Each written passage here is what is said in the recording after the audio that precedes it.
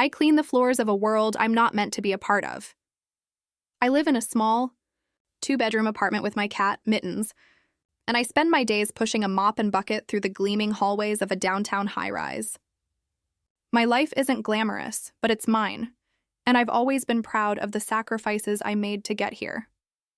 It was all for him. Before this story unfolds, I'd love to connect with you. Please let me know in the comments where you're watching from and what time it is in your corner of the world.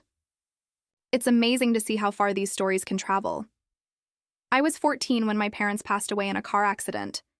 The world didn't stop, but mine did. My brother Mark was just 8. I didn't hesitate. I dropped out of high school, got 2 jobs, and took on the role of mother, father, and provider. Aunt Carol helped where she could, but she had her own family to care for. The responsibility was mine, and I embraced it. I worked tirelessly, cleaning houses, waiting tables, anything to put food on the table and clothes on Mark's back. He was smart, brilliant even, and I knew he had a chance to become something great. My dream became his dream. I made sure he had every book, every tutor, every opportunity he needed. I saw him through high school, then a prestigious university, and finally into law school. He was my masterpiece. I was a janitor at the law firm he now worked for, which I found fitting. He was soaring, and I was still cleaning up the mess of the world. I was proud. I felt a sense of quiet triumph every time I saw his name on the directory. He was a partner in the firm, a true success story, and I felt like I had a small part in it. It was the annual company holiday party. The firm went all out. The ballroom was stunning, filled with lawyers and executives in designer clothes, clinking champagne glasses. I was there, of course, but not as a guest. I was the one making sure no one spilled their drinks. I was pushing a trash cart past a group of junior associates when I heard Mark's voice. He was laughing, and he sounded proud. My sister?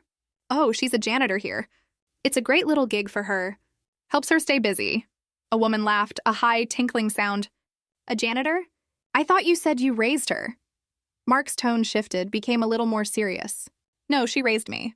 She's a good person, but she never had the ambition to do more. It's sad, really. The laughter was back, a little quieter this time. My blood ran cold. He hadn't just belittled my profession. He had belittled my sacrifice. He had reduced my life's work to a great little gig. He spoke about me as if I was a charity case, a simpleton who couldn't have aspired to more. I felt a bitter taste in my mouth, a mix of hurt and righteous fury.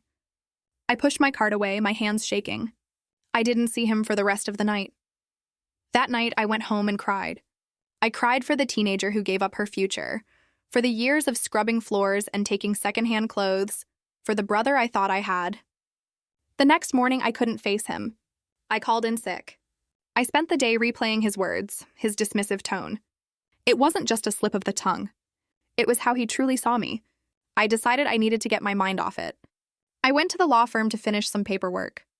I had a master key to all the offices. As I was walking down the hall, I noticed Mark's office door was ajar.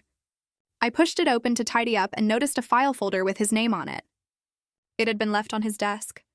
It wasn't unusual for lawyers to leave things behind, but something about it drew me in. It was a folder on a new client, a major tech firm, and the title was Chen versus Harrison. I knew Mr. Chen.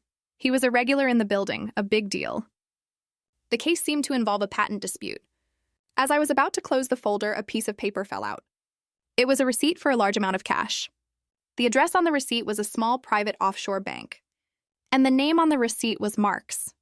My heart hammered in my chest. This wasn't just a simple mistake. This was something else entirely. I couldn't shake the image of that receipt. It didn't make sense.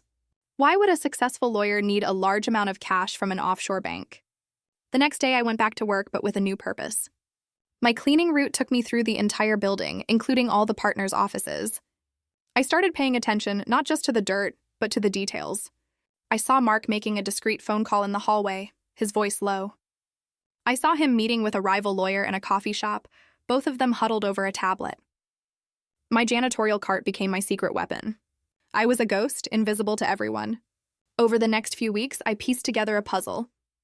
I noticed a pattern.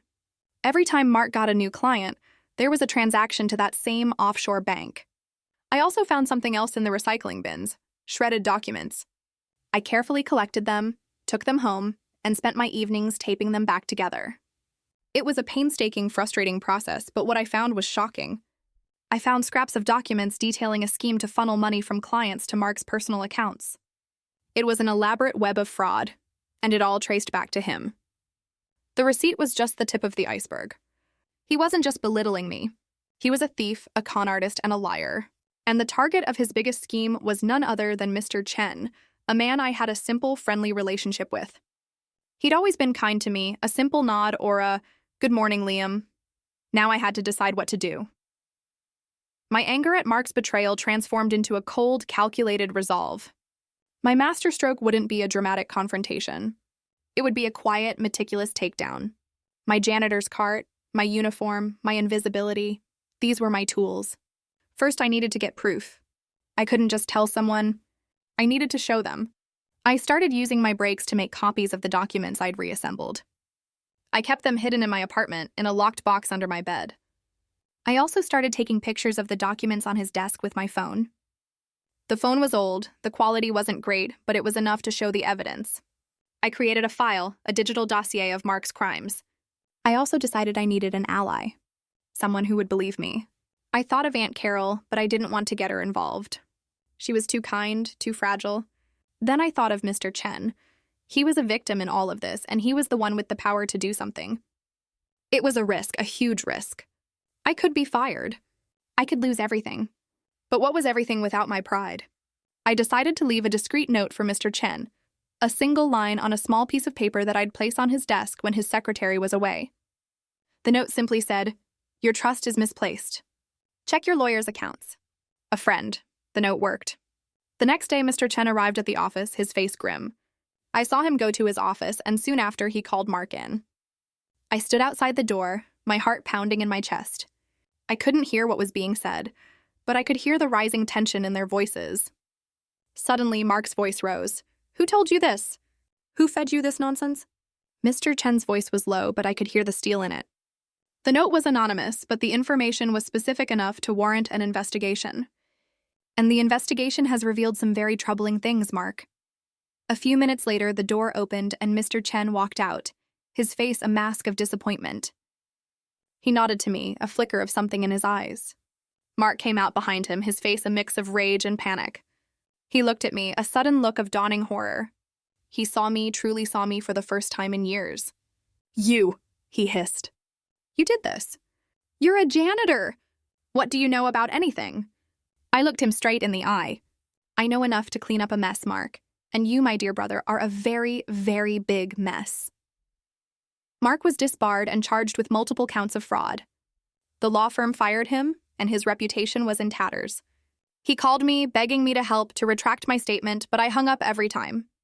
Aunt Carol was disappointed in him, but she was proud of me. "You always did the right thing, Liam," she said. Mr. Chen was grateful.